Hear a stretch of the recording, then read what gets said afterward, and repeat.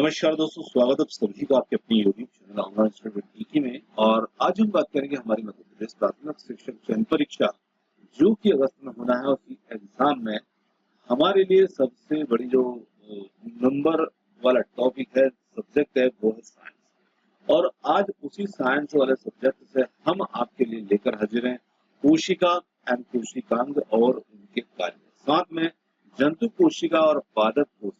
इस पूरे टॉपिक से यहाँ पर आपको मिलने वाले हैं 200 प्रश्न। जी हाँ दोस्तों, ये 200 प्रश्न आपको आपकी एग्जाम के लिए काफी महत्वपूर्ण होने वाले हैं। तो इन 200 प्रश्नों के साथ में कीजिए अपनी तैयारी और अपना टॉपिक जो है उसको समझिएगा। आप कितने प्रश्न यहाँ पर बहुत अच्छे से इसमें निकाल पाते हैं। तो चलिए पहले यहाँ पर हम एक छोटा सा यहाँ पर टॉपिक को समझने के लिए कुछ चीजें यहाँ पर हम देखने वाले हैं जो कि हमारे इस टॉपिक को बहुत गहराई से हमें एक्सप्लेन करवा देगी। तो यहाँ पर हम इसमें ज्यादा समय नहीं लेंगे क्योंकि हमें यहाँ पर 200 प्रश्न जो है वो भी इस वीडियो में कवर करना है।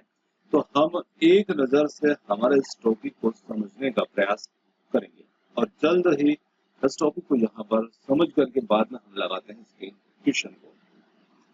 तो देखिए हमारा जो टॉपिक है आज का वो है कोशिका और कोशिकांग और साथ में उनके कार्य। तो यहाँ पर बात आती है कि जो कोशिका है वो आखिर क्या होती है। तो देखिए कोशिका जो होती है वो जीवन की इकाई होती है। हर कोई जीव जो कि छोटा हो, बड़ा हो, पादप हो, जंतु हो, कोई भी हो, जीव है। तो यहाँ पर निश्चित वो एक कोशिका भी अपने आप में है, चाहे वो कितना छोटा जीव हो या चाहे कितना बड़ा जीव हो। हर जीव की जो शुरुआत होती है वो एक कोशिका से ही होती है। तो यहाँ पर यदि हम इनको समझते हैं तो देखिए इसमें कोशिका को यदि हम देखें, परिभाषित रूप में देखें, तो कोशिका जो होती है वो हमारे शरीर की संरचनात्मक और क्रियात्मक इकाई होती है। प्रश्न आता है शरीर की संरचनात्मक इकाई क्या है, कोशिका। क्रियात्मक इकाई क्या है, कोशिका। एक किसी जीव की सबसे छोटा भाग कौन सा हो सकता है, कोशिका। तो यहाँ पर बात हमने कोशिका की, कोशिका जिस प्रकार से हमारा घर बना होता है ईंटों से, मिट्टी से, रेत से, उसी प्रकार से कोशिका से मिलकर के जो होते हैं, कोशिकाएं मिलकर के कोशिकाओं को समूह बनाती है, ऊतक बनाते हैं, ऊतक मिलकर अंग बनाते हैं, अंग मिलकर अंग तंत्र बनाते हैं। इस प्रकार से अंग तंत्र मिलकर के शरीर बनाते हैं। इस प्रकार से हमारा पूरा शरीर जो होता है निर्मित होता है। तो यहाँ पर सेल अपने आप में बहुत ही महत्वपूर्ण होती है। तो यहाँ पर बात की जाए कोशिका आखिर कितने प्रकार की हो सकती है, तो कोशिका जो होती है मुख्य रूप से 2 प्रकार की होती है। एक प्रकार यहाँ पर बात की जाए तो वो होता है प्रोकैरियोटिक कोशिका और एक होता है यूकेरियोटिक कोशिका। और दोनों में आपको अंतर जो है वो ध्यान रखना है। कुछ खास अंतर इन दोनों में होते हैं और उन अंतर को यदि आप ध्यान रखते हैं तो आप प्रोकैरियोटिक यूकेरियोटिक में हर चीज जो है, हर प्रश्न जो है वो निकाल पाएंगे इससे। तो देखिए प्रोकैरियोटिक कोशिका जो होती है ये ऐसी कोशिकाएं होती है जिनमें क्लियर नाभिक नहीं होता, स्पष्ट नाभिक नहीं होता है, और साथ में झिल्ली से घिरे हुए कोशिकांग भी इसमें नहीं होते हैं। यह आपको ध्यान रखना है।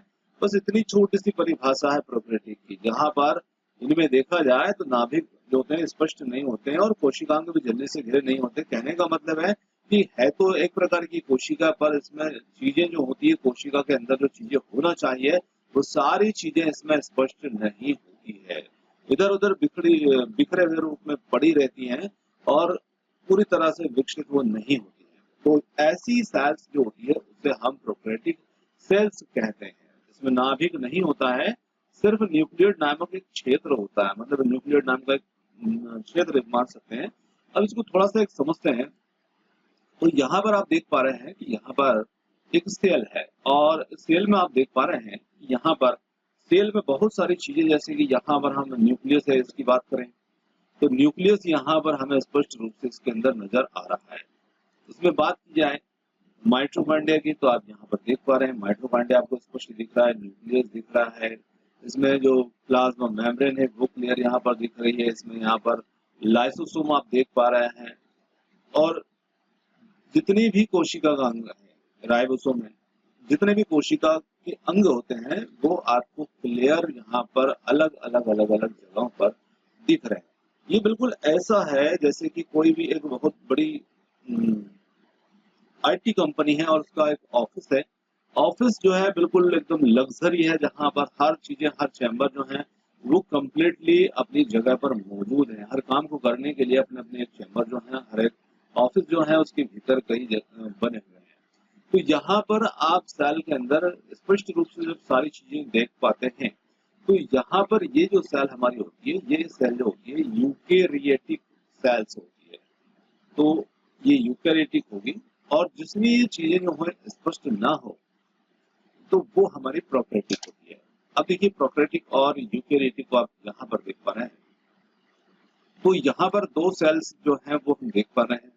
अब ये जो शेल हमारी है, ये यूकेरियोटिक शेल है, जिसमें हर चीजें व्यवस्थित रूप में हर जगह पर सिस्टमेटिक रूप से अपनी अपनी जगह पर बैठी हुई है और अपना अपना काम जो है वो कर रही हैं। अब इस दूसरी शेल को देखते हैं कि यहाँ पर जो चीजें हैं वो कैसी नजर आ रही है। सब कुछ यहाँ पर थोड़ा सा अव्यवस्थित दिख रहा है, केंद्र का पता नहीं है, और न्यूक्लियर नाम का जो क्षेत्र है जो वो यही क्षेत्र है जहाँ पर ये न्यूक्लियन द्रव जो है तो वो इसमें मौजूद रहता है। तो इस प्रकार से यहाँ पर थोड़ी सी अव्यवस्थाएं इसके अंदर देख रही है, चीजें स्पष्ट नहीं है, क्लियर नहीं है, और इसके अंदर सारी चीजें क्लियर होती है। तो यूँ समझिएगा कि ये जैसे कि एक गांव के अंदर है, कोई भी किसी का मकान है जो कि एक झोपड़ी नुमा है, और उसमें चीजें जो है वो किस तरह से होंगी, और ये जो है ये एक पूरी तरह से व्यवस्थित एक लग्जरी फ्लैट है, जिसमें हर चीज जो है वो अपने फिक्स जगह पर एक सिस्टमेटिक रूप से रखी हुई है।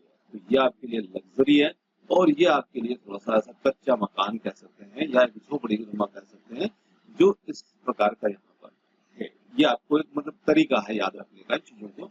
ऐसा नहीं समझे कि सेल ऐसी होती है, मतलब जो उदाहरण मैं दे रहा हूँ ये सिर्फ हमारे लिए याद करने का तरीका बनता है। तो निश्चित रूप से आप समझ गए कि जो कोशिका होती है प्रोकैरियोटिक इस प्रकार की होती है। अब देखिए, इसमें क्या होता है कि झिल्ली से घिरे कोशिकांग जो होते हैं, माइटोकॉन्ड्रिया, ईआर आदि नहीं होते हैं, आकार बहुत छोटा होता है, संरचना इनकी सरल होती है। साथ ही साथ कोशिका झिल्ली के बाहर अक्सर कोशिका वृत्ति होती है, तेजी से विभाजित होती है, जैसे बैक्टीरिया कहता है। इसके कुछ उदाहरण ले सकते हैं कि जो हमारी सेल्स होती है प्रोकैरियोटिक, ये किसमें हो देखने को मिलती है, बैक्टीरिया, साइनोबैक्टीरिया, आर्कियोबैक्टीरिया, इनमें ये देखने को मिलती है। इसकी तुलना हम कर सकते हैं गांव की जो पक्की झोपड़ी, बिना दरवाजा, बिना लग्जरी के, लेकिन काम के मामले में ठीक है, चल रहा है काम। अब बात आती है यहाँ पर यूकेरियोटिक सेल्स की। तो यूकेरियोटिक सेल्स जो है वो कैसी होंगी, तो निश्चित रूप से ये ऐसी सेल्स होती है जिनमें सुस्पष्ट नाभिक होता है, वेल डिफाइंड न्यूक्लियस होता है, और झिल्ली से घिरे हुए सारे कोशिकांग होते हैं, और ये कोशिकाएं जो होती है हमारी यूकेरियोटिक कोशिकाएं कहलाती है। अब इनकी के जो क्वालिटी की बात की जाए, जिनमें स्पष्ट नाभिक होता है, डीएनए होता है, झिल्ली युक्त कोशिकांग होते हैं, माइटोकॉन्ड्रिया, ईआर, गोल्गी निकाय, लाइसोसोम आदि होते हैं। आकार इनका बड़ा होता है, संरचना थोड़ी सी जटिल होगी। उनकी संरचना कैसी थी, सरल थी, इनकी संरचना जटिल है, उनका आकार छोटा था, इनका आकार बड़ा है।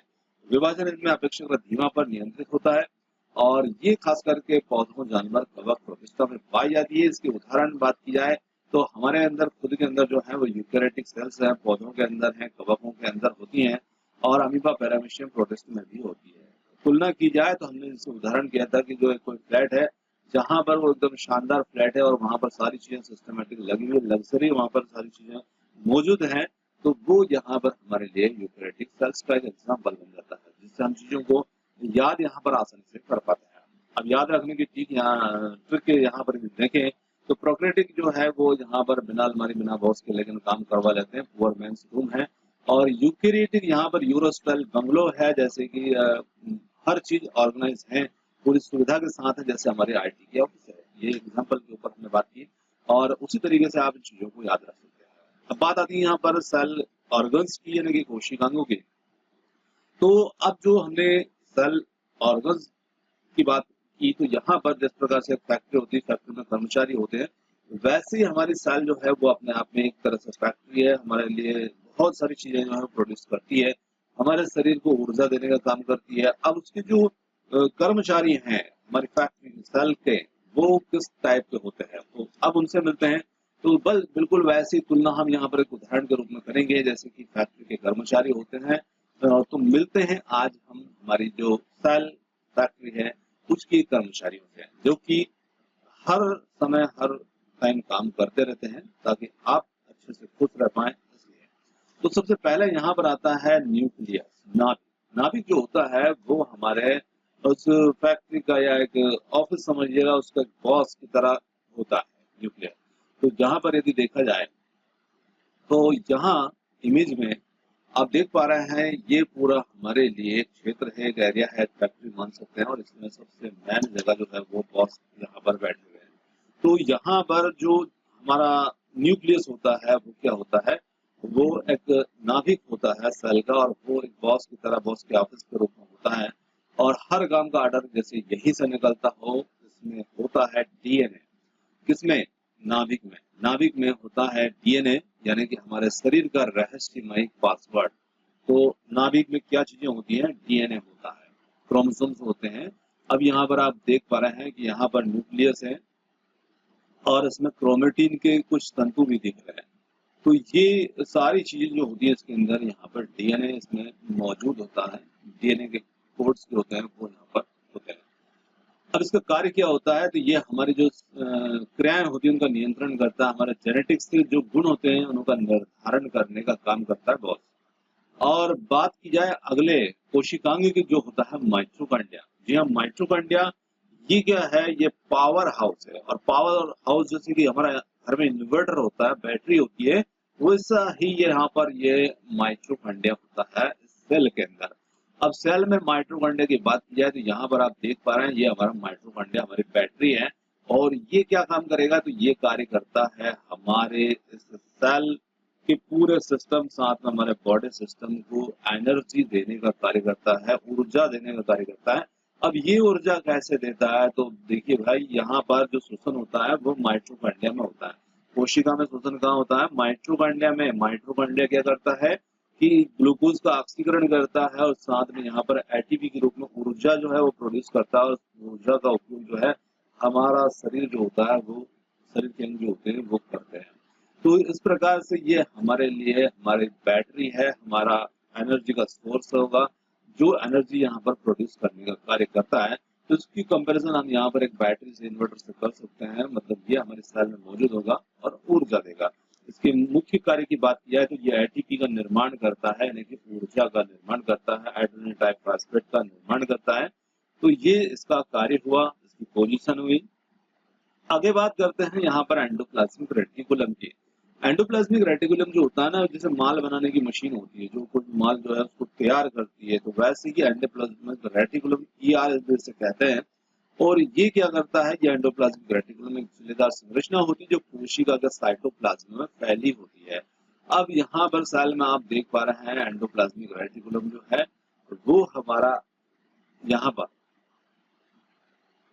आपको कहीं ना कहीं नाम उसको देखने को मिल जाएगा, एंडोप्लाज्मिक रेटिकुलम। ये देखिएगा यहाँ पर लिखा है रफ एंडोप्लाज्मिक रेटिकुलम। तो ये दो टाइप्स का होता है, एक चिकना होता है, खुरदरा होता है। तो यहाँ पर आप देखते हैं दाने दाने के रूप में ये जो दिख रहा है, ये हमारा जो है रफ वाला है। तो ये दो तरीके का होता है, इसे हम एंडोप्लाज्मिक रेटिकुलम कहते हैं। और ये प्रोटीन तथा वसा के निर्माण और साथ में परिवहन का कार्य करता है। अब इसे कोशिका का प्रोडक्शन एंड ट्रांसपोर्ट पाइपलाइन भी हम कंपेरिजन इसकी कर सकते हैं, कि जिस प्रकार से प्रोडक्शन और ट्रांसपोर्ट लाइन होती है, पाइपलाइन होती है, वैसा ही ये प्रोडक्शन भी करता है, साथ में जो है ट्रांसपोर्ट का कार्य भी करता है। ये दो प्रकार के होते हैं। एक होता है रफ एंडोप्लाज्मिक रेटिकुलम। अब रफ वाला जो है उसे हम ईआर कहते हैं, RER कहते हैं। ये रफ एंडोप्लाज्मिक रेटिकुलम है। ये ऐसा होता है जिसकी सतह पर राइबोसोम्स जुड़े होते हैं, जिससे इसकी सतह खुरदरी हमें दिखाई देती है। यहाँ पर आप देख पा रहे हैं, ये दाने दाने से दिख रहा है राइबोसोम। ये जुड़े होने से इसकी सतह कैसी दिख रही है? यहाँ पर खुरदरी दिख रही है, और इसे हम कहते हैं RER। अब पहचान सतह पर दाने दाने जैसे राइबोसोम चिपके हुए हैं, तो यहाँ पर टेढ़ा मेढ़ा दिख रहा है, खुरदरा दिख रहा है। और चिपके होने से अब इसके कार्य की बात की जाए तो कार्य जो होते हैं, प्रोटीन का निर्माण करेगा, क्योंकि इसमें राइबोसोम्स लगे हुए हैं, है ना। वो दाने दाने जो दिख पा रहे हैं सतह पर, वो राइबोसोम से हैं। तो ये प्रोटीन का निर्माण करता है, प्रोटीन को गोल्गी निकाय तक पहुंचाने का कार्य भी करता है, और कुछ विशेष एंजाइम्स का निर्माण भी ये करता है। अब स्मूथ एंडोप्लाज्मिक रेटिकुलम, जिसे ER कहते हैं, और SER भी इसे कहा जाता है। अब ये क्या है? ये चिकना वाला है। इसकी सतह पर राइबोसोम्स नहीं होंगे, इसलिए इसकी सतह कैसी दिखाई देगी? चिकनी दिखाई देगी। उसकी सतह पर दाने थे, इसलिए वो खुरदरा दिखा था, इसलिए उसका नाम रफ वाला था। और यहाँ पर ये एकदम क्लीन है, चमचमाता हुआ, चिकना था, तो इसे हम यहाँ पर स्मूथ कहेंगे, तो इसलिए ये SER कहलाता है। तो ये इसकी पहचान होती है, भैया से बिल्कुल चमचमाती रोड है जिस पर कोई भी स्पीड ब्रेकर नहीं, एकदम चिकना सा है। तो इसके कार्य की बात की जाए तो ये वसा और हार्मोन्स का निर्माण करने का कार्य करता है। तो ये वसा का प्रोडक्शन करता है, साथ में हार्मोन्स का निर्माण करता है, और जहरीले पदार्थों को ये डिटॉक्सिफाई भी करने का कार्य करता है, जैसे लीवर के अंदर। और कार्बोहाइड्रेट का चयापचय करता है, कोशिका झिल्ली बनाने में मदद करता है, ये इसके कार्य है। अब बात की जाए दोनों प्रकार के जो डिफरेंस हैं वो इन दोनों में समझी जाए, तो जो हमारा रफ यार होगा वो प्रोटीन की फैक्ट्री के साथ में उसको डिलीवर करने का कार्य भी करता है। स्मूथ यार जो है वसा को बनाता है और डिटॉक्स डॉक्टर की तरह डिटॉक्सिफाई भी करता है, डिटॉक्स भी करता है हमारे सेल को। अब आती है बात यहाँ पर राइबोसोम। तो जो दाने के दाने आपने चिपके देखे थे वो देखे थे अपने उस एंडोप्लाज्मिक रेटिकुलम के ऊपर, तो भाई वो भी प्रोटीन बनाने के हलवाई है, प्रोटीन का निर्माण ER के अंदर होता है, पर करता कौन है? राइबोसोम करता है। ये तो प्रोटीन बनाने की मशीन जैसे हैं, तो ये बनाते हैं, इनका कार्य होता है प्रोटीन का संश्लेषण। वहीं पर गोल्गी निकाय की बात की जाए तो ये पैकिंग बॉय हैं, जैसे कि पैकिंग करने का काम करते हैं। तो गोल्गी निकाय जो होते हैं, गोल्गी एपरेटस, ये सभी चीजों को पैक्स करके डाल देते हैं और डिलीवरी करवा देते हैं। तो ये आप चीजें जो है ये आपको याद रहे, इसलिए मैंने ये चीजें थोड़ी सी इसमें लिख दी है, आप उनको एज इट इज ना लें। तो यहाँ पर ये उदाहरण है आपके लिए। अब यहाँ पर हमारा गोल्गी निकाय जो होता है, मतलब वो जो चीजें कुछ सेल्स के अंदर बनती है, प्रोटीन वगैरह बनता है, तो उनको इस प्रकार से एक दूसरे तक पहुंचाने का कार्य, प्रोटीन को संशोधित करना, पैकिंग करना, वितरण करना, ये इसका कार्य। लाइसोजाइम की बात की जाए तो ये सफाई वाला बम है, इसे कहते हैं सुसाइड बम। जैसे कि पुराना सामान, पुरानी चीजें सब खा जाता है, जैसे सफाई कर्मी हो, वैसे लाइसोजाइम क्या करता है, सेल के अंदर जो वेस्ट होते हैं उनको ये हटाने का कार्य करता है, ये इसका कार्य हो जाएगा। अब इसके कार्य की बात की जाए तो अपशिष्ट के वेस्ट होते हैं उनको ये हटाएगा लाइसोजाइम। साइटोप्लाज्म की बात की जाए, हर चीज के लिए मैदान, तो यहाँ पर सेल के अंदर आप देख रहे हैं साइटोप्लाज्म यहाँ पर फैला हुआ है, पूरा जो एरिया होता है ये चीजों को बैच देने के लिए, उनको सहारा देने के लिए, उनको आधार देने के लिए होता है। तो ये वैसा ही जैसे कोई तालाब है, पुल है जिसमें बच्चे नहा रहे हैं, वैसे इसमें कोशिकांग जो है इसमें घूमते फिरते रहते हैं। ये कोशिका के जो सभी भाग होते हैं उनको जो है बैच देने का कार्य करेगा। अब आती है बात यहाँ पर कोशिका झिल्ली, सेल मेम्ब्रेन, जो कि एक सिक्योरिटी गार्ड की तरह होती है। कौन अंदर आएगा कौन बाहर जाएगा इसका मतलब फैसला यहाँ पर ये करने का कार्य करती है। इसका कार्य क्या हो जाता है, अंदर बाहर चीजों का नियंत्रण करना, मतलब कौन सी चीज सेल के अंदर आ सकती है, कौन सी नहीं आ सकती, कौन सी बाहर जा सकती है, कौन सी नहीं जा सकती, ये सारा कार्य करती है हमारी सेल मेम्ब्रेन। तो ये इसका कार्य हो जाता है सेल मेम्ब्रेन का।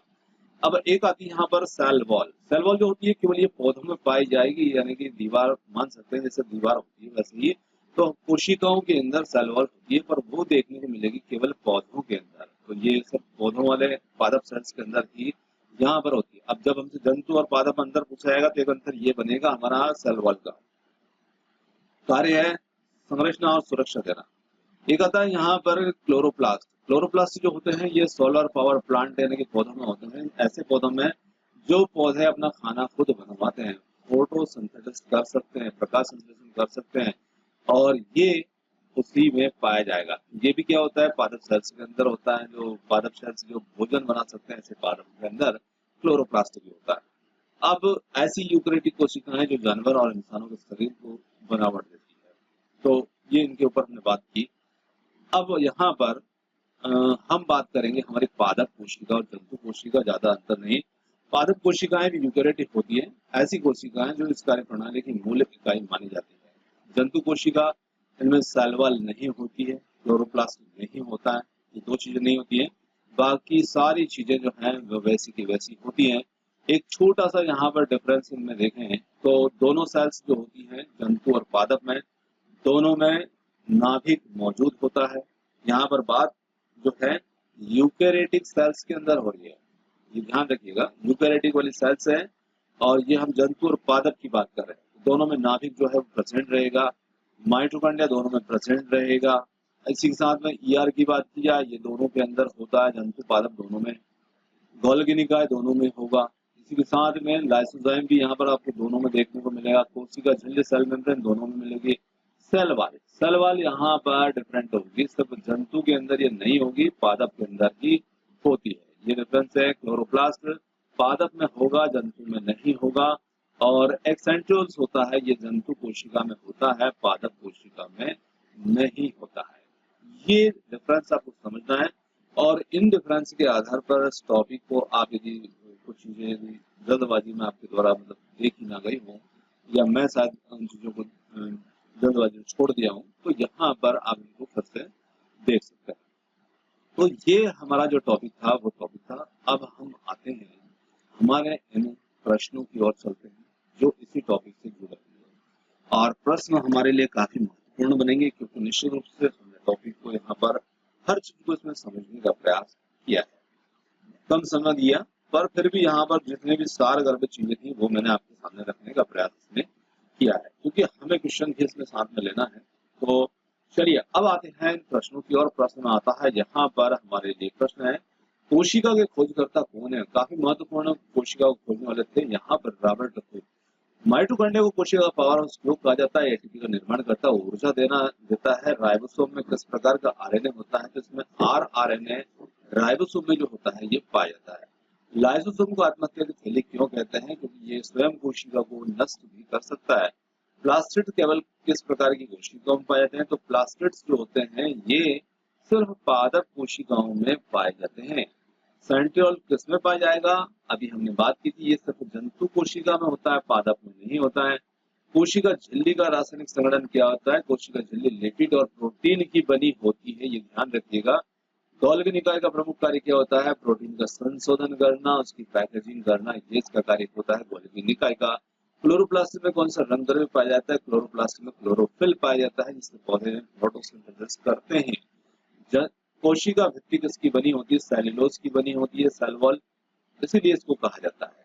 माइटोकॉन्ड्रिया अपनी विशेषता, अपनी कौन सी विशेषता होती है? तो माइटोकॉन्ड्रिया की अपनी विशेषता अपना डीएनए और अपना राइबोसोम जो है इसके पास में होता है।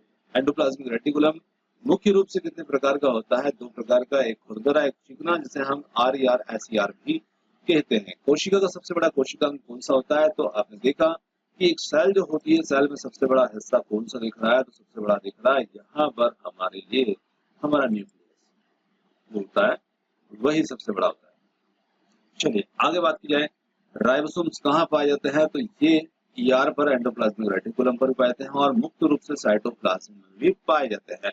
अब यहाँ पर आप देख पा रहे हैं कि राइबोसोम्स के कुछ दाने इधर बिखरे पड़े हुए हैं, यहाँ पड़े हुए हैं, और कुछ राइबोसोम्स जो हैं वो इनके ऊपर चिपके हुए हैं। तो ये खुले रूप में भी हो सकते हैं और यहाँ पर जो एंडोप्लाज्मिक रेटिकुलम है इसके ऊपर भी हो सकते हैं। आगे बात की जाए यहाँ पर, देखिए जो प्रश्न है यहाँ पर हमारा कि कोशिकाओं को सबसे पहले किसने देखा था? तो देखिए हमने बात की कि कोशिका जो है, कोशिका के जो खोजकर्ता रॉबर्ट हुक हैं। अब कोशिकाओं की बात की जाए तो नाभिक को देखने वाले अलग थे, यहाँ पर रॉबर्ट ब्राउन थे। इसी के साथ में माइटोकॉन्ड्रिया जो था, माइटोकॉन्ड्रिया को देखने वाले रिचर्ड आर्डरमैन थे। इसी के साथ में राइबोसोम था, जॉर्ज पोलार्ड थे। और लाइसोसोम जो था ये क्रिश्चियन डी ड्यूक के द्वारा देखा गया था। तो यहाँ पर प्रश्न कोशिकाओं को किसने सबसे पहले देखा, थोड़ा सा ये एक करना होकर के, ये क्रिश्चियन डी ड्यूक जो है ये हमारे लिए जो लाइसोसोम होगा उसको देखने वाले हैं। तो यहाँ पर आप इनके सभी कोशिकाओं को अलग अलग उन्हें देखा है, तो उस हिसाब से उसको थोड़ा सा तैयार कीजिएगा। नाभि के अंदर कौन सा तरल पदार्थ होता है? न्यूक्लियोप्लाज्म यहाँ पर होता है। ईआर का कार्य क्या होता है? तो प्रोटीन और वसा का संश्लेषण करना। एटीपी कहाँ बनती है? क्लोरोप्लास्ट में एटीपी बनती है थैलेकाइड के अंदर। आगे बात करें, साइटोप्लाज्म में रासायनिक क्रियाएं क्यों होती है? ये अर्ध द्रव्यमान होता है, मतलब कि आधा द्रव्य वाला जैसा पदार्थ होता है। साइटोप्लाज्म में रासायनिक क्रिया क्यों होती है? ये अर्ध द्रव्यमान और एंजाइम्स इसमें होते हैं। पैराक्सिसोम किस प्रकार में क्रिया में सहायक है? तो ये हाइड्रोजन पेरोक्साइड को तोड़ने में सहायक होता है। सेंट्रियोल किस प्रक्रिया में सहायक है? कोशिका के विभाजन में सेंट्रियोल्स जो होता है वो जरूरी होता है। वैक्यूल का कार्य क्या है? जल और अपशिष्टों का संग्रहण करना। ये वैक्यूल का कार्य होता है। जो सेल होती है उसमें आप देख पा रहे हैं कहीं कहीं पर ऐसे जो होते हैं वैक्यूल्स आपको देखने को मिलते हैं। अब इनका कार्य क्या होता है? पानी और जो अवशिष्ट होते हैं उनको यहाँ पर संग्रहण करना। एंजाइम्स कहाँ बनेंगे? ये बनते हैं राइबोसोम्स के अंदर। और कोशिका सिद्धांत देने वाले स्लेडेन और स्वान थे, जिन्होंने कोशिका का सिद्धांत दिया। माइटोकॉन्ड्रिया की झिल्ली कितनी होती है? 2 होती है, एक आंतरिक और एक बाहरी। ईआर और राइबोसोम मिलकर क्या बनाते हैं? तो ये ईआर और राइबोसोम मिलकर के बनाते हैं खुरदरा एंडोप्लाज्मिक रेटिकुलम, जिसे हम आरईआर कहते हैं। तो ये चिकना ईआर किसका संश्लेषण करता है? तो ये लिपिड्स और स्टेरॉइड्स का संश्लेषण करता है। न्यूक्लियस का निर्माण कौन करता है? तो राइबोसोमल आरएनए जो होता है वो न्यूक्लियस का निर्माण करता है। प्लास्टिड कितने प्रकार के होते हैं? 3 प्रकार, क्लोरोप्लास्ट, क्रोमोप्लास्ट और ल्यूकोप्लास्ट नाम के ये प्लास्टिड होते हैं। इसके साथ में कोशिका झिल्ली के सिद्धांत पर कार्य करती है। द्रव मोर्जे की मॉडल के सिद्धांत पर ये कार्य करती है। कोशिका व्यक्ति के लिए कठोर, किसके लिए कठोरता प्रदान करती है? जो सेल वॉल होती है वो किसमें होती है? पौधे में। पौधे की सतह, पौधे की कोशिका आप देख सकते हैं, पौधे का जो तना होता है वो कितना ठोस होता है, तो वो सेल वॉल की वजह से ही होता है। साइटोप्लाज्म और न्यूक्लियोप्लाज्म को अलग करने वाली झिल्ली है, तो न्यूक्लियर मेम्ब्रेन जो है वो साइटोप्लाज्म और न्यूक्लियोप्लाज्म को अलग करने वाली झिल्ली होती है। गोल्गी निकाय किस वैज्ञानिक के नाम पर रखा है? कैमिलो गोल्गी के नाम पर यह रखा गया है। ईआर किससे जुड़ा होता है? न्यूक्लियर मेम्ब्रेन से ये जुड़ा होता है। ल्यूकोप्लास्ट का कार्य भोजन का संग्रहण करना। जंतु कोशिका में सबसे बड़ा वैक्यूल क्यों नहीं होता है? क्योंकि वहां जल संचय की जरूरत भी कम होती है और वैक्यूल्स का कार्य क्या होता है? जल को इकट्ठा करना, उसको संग्रहित करना, ये इसका कार्य होता है। जंतु कोशिका में किस रूप में भोजन संग्रहित करती है? तो जंतु कोशिका यानी कि जो होती है एनिमल सेल्स, वहां पर ग्लाइकोजन के रूप में ये इकट्ठा करती है। पादप कोशिका में भोजन किस रूप में संग्रहित होता है? इसमें होता है स्टार्च के रूप में। दोनों में ध्यान रखिए, इसमें ग्लाइकोजन के रूप में संचित होता है, यहाँ पर स्टार्च के रूप में। क्लोरोप्लास्ट की झिल्ली की संख्या कितनी होती है? तो इसमें 2 संख्या होती है। कोशिका के केंद्र में कौन होगा? नाभिक होगा। कोशिका विभाजन के समय नाभिक का क्या होता है? यह विघटित हो जाता है। और ईआर में उपस्थित राइबोसोम का आकार कितना होता है? तो 70S और 80S 2 प्रकार के यहाँ पर जो होते हैं ये राइबोसोम्स के आकार होते हैं। ये 2 टाइप्स के होते हैं, 70S और 80S। तो यूकेरियोटिक कोशिकाओं में ये 80S प्रकार के होते हैं और उसमें 70S। साइटोप्लाज्म का मुख्य कार्य होता है कोशिकाओं को सहारा देना और प्रतिक्रियाओं को सक्षम बनाना। माइटोकॉन्ड्रिया में एटीपी का निर्माण कहाँ होगा? तो माइटोकॉन्ड्रिया के अंदर जो क्रिस्टी होता है वहां पर एटीपी का निर्माण जो है वो किया जाता है। किस कोशिकांग को ड्रग डिटॉक्स सेंटर कहा जाता है? तो हमने बात की थी चिकना ईआर जो है ये एक तरह से डिटॉक्स डॉक्टर की तरह भी कार्य करता है। लाइसोसोम में कौन से एंजाइम्स पाए जाएंगे? तो इसमें हाइड्रोलाइटिक एंजाइम्स जो होते हैं वो इसमें देखने को मिलते हैं। कोशिका में डीएनए कहाँ पाया जाएगा? डीएनए का कोड होता है हमारे न्यूक्लियस में, साथ में माइटोकॉन्ड्रिया और क्लोरोप्लास्ट में भी होता है। थैलेगाइड क्या है? क्लोरोप्लास्ट के अंदरूनी चपटी थैलियां होती हैं और जिन्हें कहा जाता है थैलेगाइड। क्रोमोप्लास्ट का कार्य क्या है? रंग प्रदान करने का कार्य करता है क्रोमोप्लास्ट। ईआर का सबसे पहला कार्य माना जाता है वो माना जाता है कोशिका के भीतर ट्रांसपोर्टेशन का, यानी कि परिवहन का। कोशिका का सबसे बड़ा अंग नाभिक होगा। कोशिका को ऊर्जा की फैक्ट्री माइटोकॉन्ड्रिया। प्रोटीन संश्लेषण राइबोसोम। कोशिका उनके आनुवांशिक जानकारी को नियंत्रित करने का कार्य नाभिक करेगा। गोल्गी बॉडी संचयन और पैकेजिंग करेगा। लाइसोसोम किस नाम से आएगा? ये आत्महत्या का थैला है और ये कोशिका का आत्महत्या का थैला के नाम से भी जाना जाता है। कोशिका की झिल्ली किस प्रकार की होगी? अर्धपारगमी होगी, जहाँ कौन सी चीज को अंदर ले जाना है, कौन सी को बाहर रखना है, कौन अंदर आएगा नहीं आएगा, ये सारा कार्य यहाँ पर सेल मेम्ब्रेन जो होती है वो करती है। कौन सा अंग प्रकाश संश्लेषण में? तो क्लोरोप्लास्ट जो होता है वो प्रकाश संश्लेषण में सहायक होता है। मानव जंतु की मनुष्य की सबसे बड़ी कोशिका कौन सी होती है? तो जो मनुष्य का अंडाणु होता है वो सबसे बड़ी कोशिका है। सबसे छोटी को भी ध्यान रखना है। रक्त में सबसे छोटी कोशिका कौन सी है? रक्त पुटिका यानी कि प्लेटलेट्स होती है। त्वचा का कौन सा भाग मृत सेल्स से बना होता है? तो जो हमारा बाहरी एपिडर्मिस होता है ये यहाँ पर मृत सेल्स, डेड सेल्स से बना होता है। कौन सा अंग इंसुलिन का निर्माण टेस्टोस्टेरोन को करता है? तो वो हमारा पैंक्रियाज है। मस्तिष्क की कोशिकाओं को हम क्या कहते हैं? मस्तिष्क की जो सेल्स होती हैं उनको हम न्यूरॉन्स कहते हैं। कोशिका विभाजन किस प्रक्रिया में होता है? माइटोसिस और मियोसिस प्रोसेस जो होती है इनके द्वारा यहाँ पर सेल्स का जो होता है विभाजन होता है। कौन सी कोशिकाएं रक्त में ऑक्सीजन को ढोती है? तो लाल रक्त कणिकाएं जिन्हें हम आरबीसीज कहते हैं, ये ऑक्सीजन के साथ संयोग करके ऑक्सी हीमोग्लोबिन बनाती है और उसे ले जाती है। श्वसन क्रिया कहाँ होती है? तो ये होती है माइटोकॉन्ड्रिया में। कोशिका द्रव्य का दूसरा नाम साइटोप्लाज्म भी होता है और तंत्रिका तंत्र का मुख्य कार्य होता है वो हमारे संवेदनाओं के संचरण का कार्य भी करता है। अग्नि से किस प्रकार 2 अंगों में गिना जाता है? तो ये का एंडोक्राइन और एक्सोक्राइन ग्लैंड्स के रूप में भी होता है, यानी कि बाहर अंतःस्रावी ग्रंथि और बाह्य स्रावी ग्रंथि दोनों तरीके से गिना जाता है। लीवर का मुख्य कार्य होता है टॉक्सिन्स को निष्क्रिय करना। कौन सी पादप कोशिका में कोशिका वृत्ति पाई थी? पादप कोशिका। शरीर की जो सबसे लचीली सेल्स होती है हमारी तंत्रिका कोशिकाएं जो होती हैं, ये हमारी सबसे लचीली कोशिका होती है। वहीं पर क्लोरोप्लास्ट में कौन सा रंध्र होता है? तो क्लोरोफिल इसमें होता है। कोशिका की खोज करने वाले रॉबर्ट हुक थे। कौन सा अंग हमारे शरीर से अपशिष्टों को बाहर करता है? तो किडनी जो होती है वो यहाँ पर छन्नी में कार्य करती है और इसमें अपशिष्टों को बाहर निकालने में कार्य करती है। शरीर की सबसे लंबी कोशिका न्यूरॉन्स जो है वो सबसे लंबी कोशिकाएं होती है। एंडोप्लाज्मिक रेटिकुलम का कार्य होता है पदार्थों का परिवार। अब ये कौन सा ईआर है वो ध्यान रखना है आपको, दोनों के अलग अलग कार्य हैं। कोशिका झिल्ली मुख्य रूप से किससे बनी होती है? तो ये प्रोटीन और लिपिड से बनी होती है। राइबोसोम्स कहाँ पर होते हैं? तो ईआर या साइटोप्लाज्म पर ये होते हैं। वहीं पर बात की जाए कौन से अंग रक्त को शुद्ध करता है? तो ये किडनी की तरह किडनी जो होता है वो हमारे रक्त को शुद्ध करेगा। कंकाल तंत्र में कौन सी कोशिकाएं होती हैं?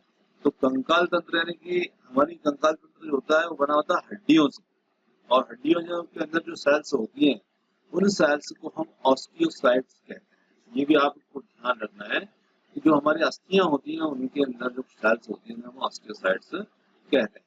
कौन सी कोशिका बिना नाभिक की होती है? तो आरबीसीएस जो होती है बिना नाभिक वाली सेल्स होती है। थायराइड ग्रंथि का में कौन सा हार्मोन बनेगा? थायरॉक्सिन। पाचन सहायक अंग हमारे यकृत, अग्नाशय, छोटियान। कोशिकाओं में जल का अनुपात जो होता है वो कितना होता है? 70 से 80% इनके अंदर जल होता है। त्वचा का सबसे बाहरी भाग एपिडर्मिस कहलाता है। और इसी के साथ में बात की जाए तो कौन सी कोशिका शरीर में रक्षा करती है? तो डब्ल्यूबीसीएस जो होती है वो रक्षा करती है। आरबीसीएस के जीवन काल की बात की जाए तो ये हमारे लिए 120 दिन का होता है। कौन सा अंग हीमोग्लोबिन बनाता है? तो हीमोग्लोबिन बनाने का कार्य हमारा जो बोन मैरो होता है यानी कि अस्थि मज्जा वाला भाग होता है हड्डी का, वो हीमोग्लोबिन का निर्माण करता है। कौन सा अंग ऊष्मा का नियमन करता है? तो हमारी जो स्किल्स होती है वो यहाँ पर ये कार्य करती है। आगे लीवर में कौन सा विटामिन संग्रह होता है? Vitamin A. नाभिक में कोशिका में डीएनए कहाँ पाया जाएगा? नाभिक में पाया जाता है। आरएनए का निर्माण यहाँ पर न्यूक्लियस के अंदर होता है। तितली का मुख्य कार्य क्या है? इसलिए इनका कार्य होता है पुराने आरबीसीएस को नष्ट करने का इनका कार्य होता है। शरीर की कौन सी ग्रंथि गुणिक होती है? तो जो अग्नाशय यानी कि ये दोनों तरह की गुण रखती है, बाह्य स्रावी और अंतःस्रावी ग्रंथि के रूप में। कौन सा अंग सबसे अधिक रक्त पंप करता है? तो हृदय हमारा जो है वो कार्य करता है। कोशिका झिल्ली, कोशिका के संरचनात्मक इकाई, कोशिका की संरचनात्मक इकाई क्या है? प्लाज्मा झिल्ली। जीवों की संरचनात्मक इकाई क्या है? यहाँ पर जीवों की संरचनात्मक इकाई कोशिका है और कोशिका की संरचनात्मक इकाई उसकी झिल्ली है। किस अंग को शरीर का रासायनिक कारखाना कहते हैं? तो लीवर जो होता है हम शरीर का रासायनिक कारखाना कहते हैं। कौन सी कोशिका तंत्रिका संकेत देती है? न्यूरॉन्स यहाँ पर संकेत देती है। मानव शरीर में कितने प्रकार की कोशिकाएं होती हैं? लगभग 200 प्रकार की कोशिकाएं मानव शरीर में होती है। कोशिका का नियंत्रण केंद्र किसे कहा जाता है? नाभिक को कहा जाता है, जहां पर ये सेल्स को कंट्रोल करता है।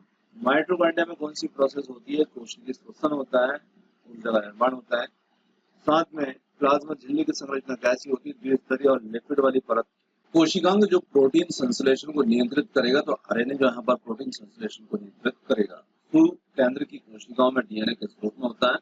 तो जो सुकेंद्र की होती है मतलब कि हमारे यूकेरियोटिक सेल्स होते हैं उनमें केंद्रक डीएनए जो होता है किस रूप में होता है? क्रोमेटिन के रूप में होता है। तो यहाँ पर आप देख पा रहे हैं ये एक सुकेंद्र की है और यहाँ पर न्यूक्लियस देख पा रहे हैं, ये केंद्रक है, साथ में यहाँ पर क्रोमेटिन देख रहे हैं आपको, यहाँ ये तंतु के रूप में। तो यहाँ पर क्रोमेटिन तंतु जो होते हैं डीएनए उनके रूप में होता है। एंडोप्लाज्मिक रेटिकुलम इसके दो प्रकार होते हैं, तो रफ और स्मूथ दोनों होते हैं, चिकने खुरदरे। पादप कोशिका में रसधानी के लिए उत्तरदायी होते हैं। तो रसधानी जो वोक्यूल्स देखे थे अभी हमने पादप सेल्स के अंदर, तो यहाँ पर ये देख रहे हैं आप वोक्यूल्स हैं, तो ये कुछ अवकाश है यानी कि छिद्र है, मतलब गुहा टाइप है, कैविटी टाइप। तो यहाँ पर ये जल का भंडारण करते हैं, मतलब उसको संचय करते हैं। कोशिका के केंद्र में कौन सा अंग है? नाभिक है, कई बार देख चुके हैं। प्लांट सेल्स की कठोरता किससे आती है? सेल वॉल से आती है, पादप सेल्स के अंदर। गोल्गी एपरेचर जो होता है किसका निर्माण करता है? ये लाइसोसोम। माइटोकॉन्ड्रिया यहाँ पर कोशिका में एटीपी ऊर्जा उत्पन्न होती है माइटोकॉन्ड्रिया में, और कोशिका का सजीव भाग होता है यहाँ पर साइटोप्लाज्म। डीएनए और आरएनए में मुख्य अंतर, आरएनए एकल सूत्री होता है, डीएनए द्विसूत्री होता है। लाइसोजाइम किससे बनता है, तो गोल्गी बॉडी से बनता है। कोशिका में प्रोटीन निर्माण की प्रक्रिया कहलाती है ट्रांसलेशन। मानव शरीर की बड़ी ग्रंथि यकृत है, कंकाल की कोशिकाएं ऑस्टियोसाइट्स कहलाएंगे। रक्त की कोशिकाओं का निर्माण हमारे बोन मैरो में होता है, अस्थि मज्जा में होता है। वहीं पर लाल रक्त कोशिका में कौन सा अंग अनुपस्थित होता है, तो इसमें नाभिक जो है वो नहीं पाता है में। शरीर के सबसे तेज संवेदी अंग है त्वचा, और ये कौन सा अंग अमोनिया को यूरिया में बदलेगा, वो बदलेगा लीवर। पाचन एंजाइम से बनाता है अग्नाशय। हार्मोन्स उत्पादन में सहायक कोशिका अंग है स्मूथ यार। कोशिका वृत्ति सेल्यूलोज से। तंत्रिका कोशिका की सबसे लंबी शाखा जो होती है उसे हम एक्सोन कहते हैं। कोशिका विभाजन की तैयारी किस चरण में होती है, ये होती है इंटरफेज में। पौधों की कोशिकाओं का रंग द्रव्य हरा होता है क्लोरोफिल के कारण से। उनमें क्लोरोफिल पाया जाएगा। कौन सा अंग इंसुलिन स्रावित करेगा, पैंक्रियास जो होता है ये इंसुलिन स्रावित करता है। सेल की मरम्मत कौन सा अंग करता है, तो वो करता है लाइसोसोम। यहाँ ये सेल की मरम्मत का कार्य करता है, यानी कि सफाई कर्मी की तरह ये होता है। रक्त से अपशिष्टों को हटाने का कार्य हमारी किडनी करती है। आरबीसीएस का प्रमुख प्रोटीन हीमोग्लोबिन जो होता है वो कहलाता है। वहीं पर शरीर शरीर का तापक्रम नियंत्रित करता है, तो त्वचा यहाँ पर हमारा तापक्रम जो है वो नियंत्रित करती है। कौन सा अंग रक्त में ग्लूकोज के स्तर को नियंत्रित करता है, तो वो है हमारा पैंक्रियास। नाड़ी संकेतों को प्रसारित करने वाली कोशिका हमारे न्यूरॉन्स होते हैं। कौन सा अंग शुद्धिकरण करेगा, कई बार ये प्रश्न आ गया, बार बार रिपीट हो गया। ऑक्सीजन में आपूर्ति में मुख्य अंग कौन सा है, तो यहाँ पर हमारे फेफड़े होते हैं। शरीर में सबसे अधिक ऊर्जा कहाँ उत्पन्न होती है, तो वो होती है माइटोकॉन्ड्रिया में। और इसी के साथ में थायराइड ग्रंथि किस तत्व पर निर्भर करती है, ये करती है हमारे आयोडीन पर। कोशिकाओं का आकार कौन देता है, तो साइटोस्केलेटन जो होता है ये कोशिकाओं को आकार देता है। पौधों में पानी के परिवहन के लिए कौन सा ऊतक होता है, तो वो होता है जाइलम। कोशिका में पाचन किसके द्वारा होता है, ये होता है लाइसोसोम के द्वारा। श्वसन में बनने वाली गैस कार्बन डाइऑक्साइड कौन सा अंग रक्त का भंडारण करेगा, यहाँ पर कोशिका झिल्ली की खोज करने वाले रॉबर्ट रेमार्क। और किस कोशिकांग में राइबोसोमल आरएनए बनता है, न्यूक्लियोल्स में बनता है, न्यूक्लियोल्स में ये बनता है। कोशिका का जीवन किस पर निर्भर करता है, तो कोशिका के अंदर जो साइटोप्लाज्मिक क्रियाएं होती है उन पर ये निर्भर करता है। कौन सा अंग शर्करा को ग्लाइकोजन में बदलता है, लीवर। और कोशिका में अधिक जल किस भाग में होता है, राजधानी में होता है। पौधों की कोशिका में केंद्र कहाँ पर होता है, साइटोप्लाज्म के किनारे पर होता है। किस अंग को रासायनिक प्रयोगशाला कहते हैं, तो ये हम कहते हैं यकृत। किस कोशिका में क्लोरोप्लास्ट उपस्थित होता है, पादप कोशिका में। किस कोशिका में सेंट्रियोल्स पाया जाएगा, जंतु कोशिका में। सेल वॉल किस प्रकार की कोशिका होती है, पादप कोशिका। वहीं पर ग्लाइकोजन किस प्रकार की कोशिका को ऊर्जा भंडारण के रूप में करता है, जंतु कोशिका है ना। ग्लाइकोजन किसमें होता है, जंतु कोशिका में। और पौधों में स्टार्च के रूप में। किस कोशिका में क्लोरोफिल पाया जाएगा, पादप सेल्स के अंदर। कोशिका की आकृति प्राय अनियमित होती है, वो होती है जंतु कोशिका। किस कोशिका की आकृति सामान्यतः आयताकार होती है, वो होती है पादप सेल्स की, पादप कोशिका की। प्लाज्मा झिल्ली किस कोशिका में होती है, तो ये दोनों में ही पाई जाती है। लाइसोसोम किस कोशिका में अधिक क्रियाशील होते हैं, जंतु कोशिकाओं में। किस कोशिका में बड़ी केंद्र की युक्त झिल्ली राजधानी होती है, तो बड़ी जो वोक्यूल्स होती है वो होती है पादप सेल्स के अंदर। किस कोशिका में ऊर्जा का निर्माण, माइटोकॉन्ड्रिया, दोनों में ही ऊर्जा का निर्माण माइटोकॉन्ड्रिया के द्वारा होता है। स्टार्च किस प्रकार की कोशिका में भोजन के रूप में संचित रहेगा, तो वो रहता है पादप कोशिका में।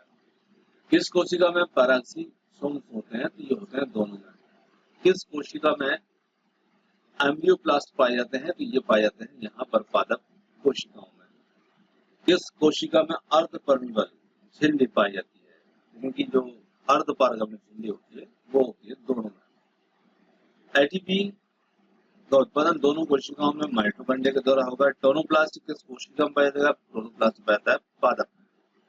केंद्र की स्थिति पादप कोशिकाओं में कहाँ होती है, किनारे की ओर होती है। किस कोशिका में न्यूक्लियोइड्स होते हैं, दोनों में होते हैं। सॉरी न्यूक्लियोल्स है वो, न्यूक्लियोल्स।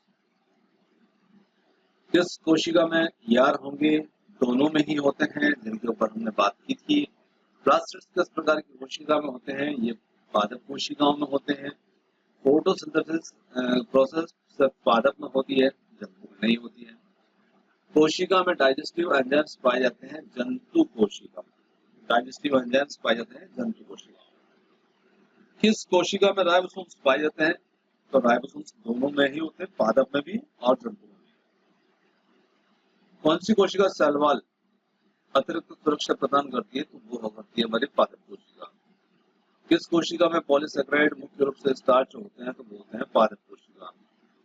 किस कोशिका में न्यूक्लियस बीच में स्थित होता है? न्यूक्लियस बीच में स्थित होता है, तो ये जंतु कोशिकाओं में बीच में स्थित होता है। किस कोशिका में प्लाज्मोडेस्माटा पाया जाता है? ये पाया जाता है प्लाज्मोडेस्माटा पादप कोशिकाओं में।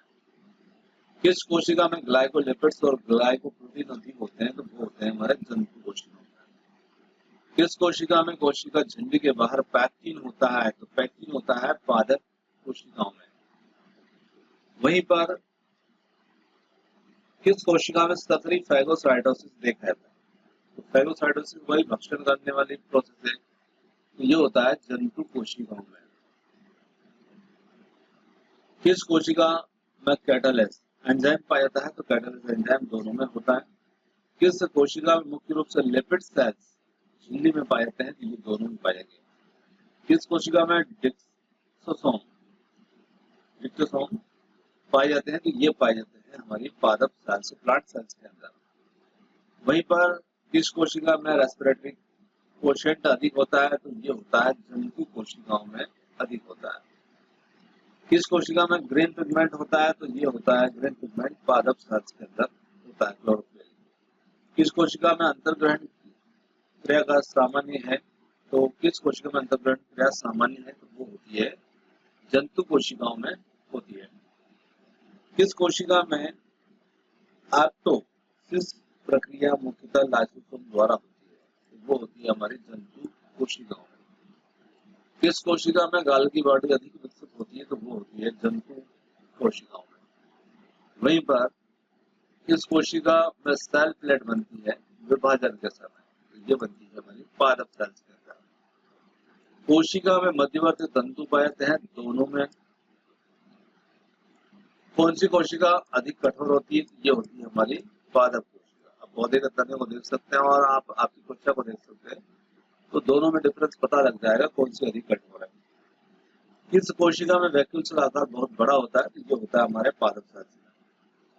कौन सी कोशिका उच्च तरंगदर्शी दबाव सह सकती है? तो पादप कोशिकाएं जो होती है वो ये सह सकती है। किस कोशिका में ऑटोफेगी अधिक पाई जाती है? तो ये पाई जाती है जंतु कोशिकाओं में। और किस कोशिका में साइटोप्लाज्म अधिक गतिशील होता है? तो ये होता है जंतु कोशिका।